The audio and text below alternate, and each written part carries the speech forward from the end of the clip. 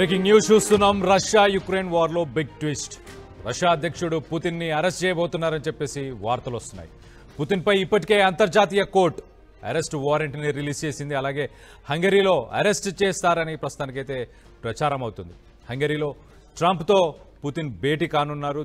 Ukraine అలాగే రష్యాకు సంబంధించిన యుద్ధం ముగింపుపై కీలక చర్చ కోసం హంగరీకి వెళ్లనున్నారు. ఒక పక్కన పుతిన్ని అరెస్ట్ చేస్తారన్న వాదనలు వస్తున్న సమయంలో హంగరీ ప్రైమ్ మినిస్టర్ మాత్రం అలాంటివి ఏమీ జరగవు అని చెప్పేసి ఆయన హామీ ఇచ్చినట్టు కూడా తెలుస్తుంది. సో ఒక రకంగా చూస్తే కనుక ఇంటర్నేషనల్ క్రిమినల్ కోర్ట్, అంతర్జాతీయ క్రిమినల్ కోర్టు అరెస్ట్ వారెంట్ని అయితే రిలీజ్ చేసింది. కానీ దాన్ని అమలు పరచడానికి దానికి అధికారం లేదని చెప్పుకొస్తున్నారు, కొంతమంది వాదిస్తున్నారు. సో మొత్తం మీద ఒక రకంగా ఉత్కంఠం అయితే నెలకొంది. ఇటు రష్యా అలాగే యుక్రెయిన్కి సంబంధించిన వార్ ఏదైతే ఉందో వారికి సంబంధించి కీలక చర్చల కోసం హంగరీలో భేటీ కానున్నారు. ఇటు ట్రంప్ అలాగే ట్రంప్తో పాటు పుతిన్ అలాగే హంగరీకి సంబంధించిన ప్రైమ్ మినిస్టర్ మరికొంతమంది సభ్య దేశాలు కూడా దీంట్లో పార్టిసిపేట్ చేసే అవకాశం ఉంది. సో మొత్తం మీద మరి ట్రంప్ని అరెస్ట్ చేయబోతున్నారా? ట్రంప్ని అరెస్ట్ చేసే అంత దమ్ముందా ట్రంప్ పుతిన్ని అరెస్ట్ చేసేంత దమ్ముందా ట్రంప్కి?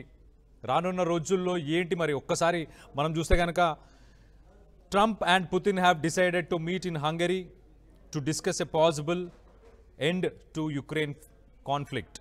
The $1 million question is how the Russian leader who faces an arrest warrant will reach Budapest. So మొత్తానికైతే ట్రంప్ పుతిన్ హంగరీలో కలుద్దామని మొత్తానికైతే వాళ్ళ అగ్రిమెంట్కి వచ్చారు. వచ్చిన తర్వాత మరి యుక్రెయిన్ రష్యాకి సంబంధించిన ఇష్యూపై ఆయనని అరెస్ట్ చేసే అవకాశం ఏమైనా ఉందా అన్న దానిపై ప్రస్తుతానికైతే ఇప్పుడు చర్చ జరుగుతుంది. ఇటు రష్యాకి సంబంధించిన పుతిన్ ఆయనపై అరెస్ట్ వారెంట్ ఉంది. ఉన్న సమయంలో మరి ఆయన హంగరీకి సంబంధించిన బుదాపెస్ట్కి మరి ఆయన ఎలా చేరుకుంటారా అన్నపై ఒకసారి డిస్కషన్ కూడా నడుస్తుంది. మొత్తం మీద అయితే ఒక రకమైన ఉత్కంఠం అయితే నెలకొంది. ఇటు అలాస్కాలో ఇంతకుముందు గతంలో మనం చూసాం, ఇటు ట్రంప్ పుతిన్ ఇద్దరు అక్కడికి చేరుకొని యుక్రెయిన్ అలాగే రష్యాకు సంబంధించిన వార్ గురించి వాళ్ళు చర్చలు జరిపారు. కానీ ఆ చర్చలు ఫలించలేదు. ట్రంప్ ఖచ్చితంగా నేను పుతిన్కి చెప్పి ఈ యుద్ధాన్ని ఆపేస్తాను అని చెప్పేసి ఆయన స్టేట్మెంట్స్ ఇచ్చారు. కానీ పుతిన్ మాత్రం కాంప్రమైజ్ అవ్వలేదు, యుద్ధాన్ని ముందుకి కొనసాగించారు. సో మొత్తానికి అప్పుడు ట్రంప్ చాలా హర్ట్ అయ్యాడు పర్సనల్గా కూడా. కానీ మళ్ళీ ఈసారి మనం చూస్తే కనుక ఇటు రష్యా యుక్రెయిన్ వార్ని నేనే ఆపాను, 8 వార్స్ ఇప్పటిదాకా 7 వార్స్ని ఆపాను, ఇప్పుడు అలాగే ఆఫ్ఘనిస్తాన్ పాకిస్తాన్ వార్ని కూడా నేనే ఆపానని చెప్పేసి తన అకౌంట్లోనే వేసుకునే ప్రయత్నం చేస్తున్నాడు. ఇటు ఆయనకి ఎవరైతే కొమ్ము కాస్తున్నారో పాకిస్తాన్కి సంబంధించిన షాబాజ్ షరీఫ్ కానీ ఇతర నాయకులు ఎవరైతే ఉన్నారో వాళ్ళందరూ కూడా ట్రంప్కి నోబెల్ పీస్ ప్రైజ్ ఇవ్వాలని చెప్తున్నారు. సో ప్రస్తుతానికైతే పుతిన్ని మరి అరెస్ట్ చేయబోతున్నారా? International arrest warrant, international criminal court ఇటు రష్యా యుక్రెయిన్కి సంబంధించిన వార్లో చాలామంది సైనికులను చంపేశాడు అన్న ఆరోపణలు పుతిన్పై ఉన్నాయి. ఆ ఆరోపణలపై జడ్జిమెంట్ వచ్చింది. అంతర్జాతీయ క్రిమినల్ కోర్టు చాలా క్లియర్గా అరెస్ట్ చేయండి పుతిన్ని అని చెప్పేసి ఒక అరెస్ట్ వారెంట్ని అయితే రిలీజ్ చేసింది. సో మరి ఒక రకంగా ఉత్కంఠం అయితే నెలకొంది. హంగరీ బుదాపెస్ట్లో ఏదైతే ఒక మీటింగ్ జరగబోతుందో రష్యా యుక్రెయిన్కి సంబంధించి మరి అది సఫలించబోతుందా, లేకపోతే ఆయనని అరెస్ట్ చేసే అవకాశం ఉందా అన్న దానిపై ప్రస్తుతానికి ఉత్కంఠం నెలకొంది. ఇటు రష్యాకు సంబంధించిన విదేశాంగ మంత్రిత్వ శాఖ నుంచి కూడా ఒక స్టేట్మెంట్ అయితే రిలీజ్ అయింది. We needs to figure out how to get Putin to Budapest first by navigating a host of practical and legal hurdles as well as sanctions imposed by the European Union. So Russia విదేశాంగ మంత్రి కూడా చెప్పుకొస్తుంది, first ఈ complications, ఈ లీగల్గా ఏవైతే complications ఉన్నాయో, లీగల్గా ఏవైతే అడ్డంకులు ఉన్నాయో ఆ అడ్డంకులు అన్నిటినీ తొలగించుకున్న తర్వాత ఆయనని అక్కడికి తీసుకెళ్లే ప్రయత్నం చేస్తామని చెప్పేసి రష్యాకు సంబంధించిన విదేశాంగ మంత్రి కూడా ఒక స్టేట్మెంట్ ఇచ్చే ప్రయత్నం అయితే చేసింది. 2023లో మనం చూస్తే కనుక 2023లో international criminal court ICC international criminal court పుతిన్కి సంబంధించి ఆయనని అరెస్ట్ చేయండి, యుక్రెయిన్లో చాలామంది పిల్లలు చనిపోయారు, పిల్లలు చనిపోవడానికి కారణం పుతిన్ కాబట్టి పుతిన్ని అరెస్ట్ చేయాలని చెప్పేసి 2023లోనే ఈ స్టేట్మెంట్ ఇచ్చింది. కానీ దాని తర్వాత మనం గమనిస్తే కనుక అలాస్కాలో కూడా పుతిన్ అలాగే ట్రంప్ ఇద్దరు భేటీ అయ్యారు. ఆ భేటీ అయిన సమయంలో ఈ అంశం తెర మీదకి రాలేదు. కానీ ఈ మధ్య కాలంలో ఇప్పుడు ఇది తెర మీదకి వస్తుంది. మరి హంగరీలో మీటింగ్ కోసం ఆయన వచ్చే ముందే ఆయనకి లీగల్గా ఏవైతే ఇబ్బందులు ఉన్నాయో వాటన్నిటిని తొలగించాలని చెప్పి విదేశాంగ మంత్రి కూడా చెప్పడం మనం గమనించాలి. ఒక్కసారి రష్యా కూడా అలర్ట్ అయిపోయింది. ఈ వారెంట్కి సంబంధించి ఇప్పుడు లైమ్లైట్కి వచ్చింది కాబట్టి అంటే ఖచ్చితంగా దానికి సన్నాహాలు జరుగుతున్నాయా? మరి ఒక రకంగా మనం చూస్తే కనుక అంతర్జాతీయ క్రిమినల్ కోర్టుకు సంబంధించి కోర్టుకి అధికారాలు ఉండవు అరెస్ట్ చేయడానికి. దానికి సంబంధించిన దేశాలు ఏవైతే ఉన్నాయో సభ్యత్వం కలిగి ఉన్న దేశాలు ఏవైతే ఉన్నాయో వాటికి మాత్రమే అరెస్ట్ చేసే అధికారం ఉంది. సో మనం గతంలో కూడా మనం చూస్తే ఇటు హంగరీ అలాగే మిత్ర దేశాలు సెర్బియా కావచ్చు, రొమేనియా కావచ్చు, ఇవన్నీ కూడా రష్యన్ ప్రెసిడెంట్ పుతిన్ని అరెస్ట్ చేయాలి, ఆయన ఎయిర్ క్రాఫ్ట్ గనక ఇటు రొమేనియా కానీ సెర్బియా కానీ అలాగే హంగరీకి కానీ వచ్చినా ఖచ్చితంగా అరెస్ట్ చేయాలని చెప్పేసి అక్కడ ఆ దేశాలకు సంబంధించిన ప్రజలు కానీ అక్కడ ఉన్న నాయకులు కానీ చెప్పుకొస్తున్నారు.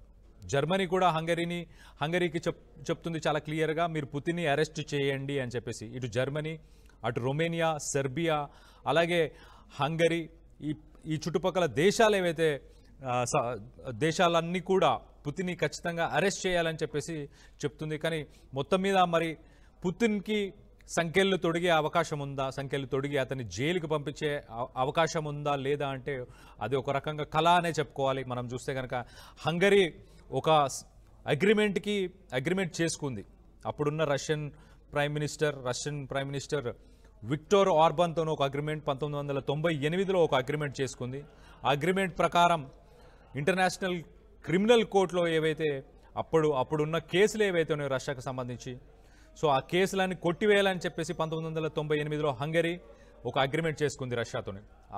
ఆ స్టేట్మెంట్ ఆ అగ్రిమెంట్ అయిన తర్వాత ఇప్పటిదాకా దానిపై ఎలాంటి చర్చ జరగలేదు. సో పుతిన్ని హంగరీకి సంబంధించిన ప్రైమ్ మినిస్టర్ అయితే మేము అరెస్ట్ చేయట్లేదు అని చెప్పి ఆయన చెప్పుకొచ్చాడు.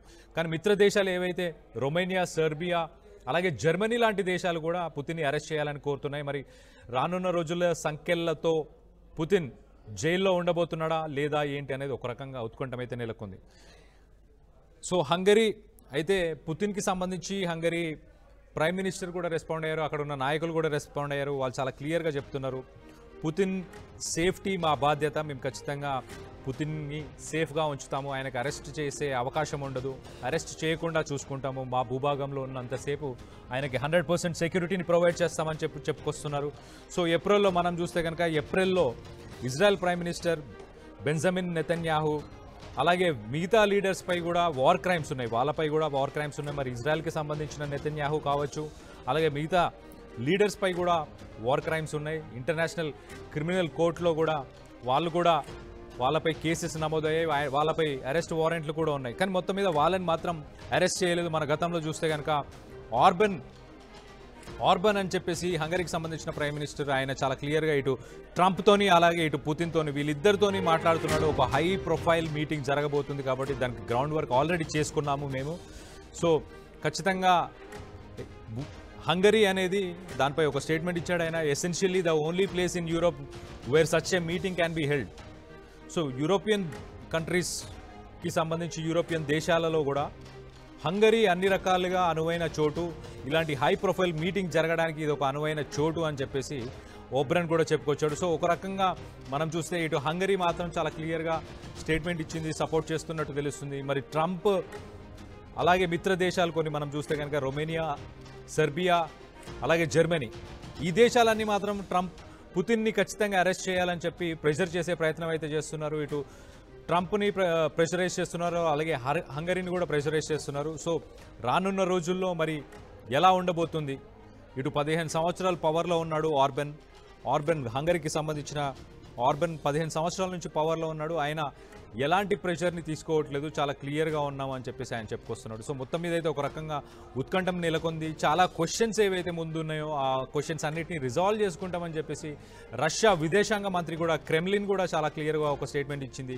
అరెస్ట్ వారెంట్ని ఇష్యూ చేశారు, కానీ పుతిన్ ఆ అరెస్ట్ వారెంట్ 2023లో ఏదైతే అరెస్ట్ వారెంట్ చేశారో ఆ అరెస్ట్ వారెంట్ ఇష్యూ అయినప్పటి నుంచి పుతిన్ కూడా తన ఇంటర్నేషనల్గా తను తిరిగే ట్రావెల్ చేసే దేశాలు ఏవైతే ఉన్నాయో వాటన్నిటి కూడా తగ్గించుకుంటూ వచ్చాడు. ఓన్లీ యుక్రెయిన్కి రష్యాకి సంబంధించిన ఈ వార్ కోసం ఇంతకుముందు అలాస్కాకి వెళ్ళడం కానీ ఇప్పుడు హంగరీకి వెళ్ళడం కానీ ఒక రకంగా మనం చూస్తే కనుక ఇంటర్నేషనల్ క్రిమినల్ కోర్టు ఇచ్చిన స్టేట్మెంట్కి పుతిన్ కానీ అలాగే రష్యన్ ప్రభుత్వం కానీ తగిన జాగ్రత్తలు తీసుకుంటున్నారు. దానికి లీగల్గా ఏవైతే అడ్డంకులు ఉన్నాయో వాటన్నిటిని కూడా సరిచేస్తామని చెప్పేసి వాళ్ళు చెప్పుకొచ్చారు. సో శాంక్షన్స్ ఆల్రెడీ రష్యన్ ఎయిర్ క్రాఫ్ట్కి సంబంధించి, అంటే ఇప్పుడు పుతిన్ ట్రావెల్ చేసే ఒక ఎయిర్ క్రాఫ్ట్ ఉంటుంది కదా, ఆ ఎయిర్ క్రాఫ్ట్ దానిపై ఆంక్షలు విధించారు. ఆ చుట్టుపక్కల పరిసర ప్రాంతాల్లో ఉన్న దేశాలకు సంబంధించి మా భూభాగంలో కనుక పుతిన్కి సంబంధించిన ఫ్లైట్ కనుక కనిపించినా ఖచ్చితంగా మేము దాన్ని కూల్చివేస్తాం, లేకపోతే ఆయనని అరెస్ట్ చేస్తామని చెప్పేసి మిత్ర దేశాలు ఈ హంగరీ చుట్టుపక్కల ఉన్న దేశాలన్నీ కూడా చెప్పుకొస్తున్నాయి. సో ఒక రకంగా ఉత్కంఠమైతే నెలకొంది. మరి పుతిన్ని అరెస్ట్ చేయబోతున్నారా లేదా అన్న దానిపై మీ అభిప్రాయాలను కింద కామెంట్ రూపంలో తెలియపరచండి.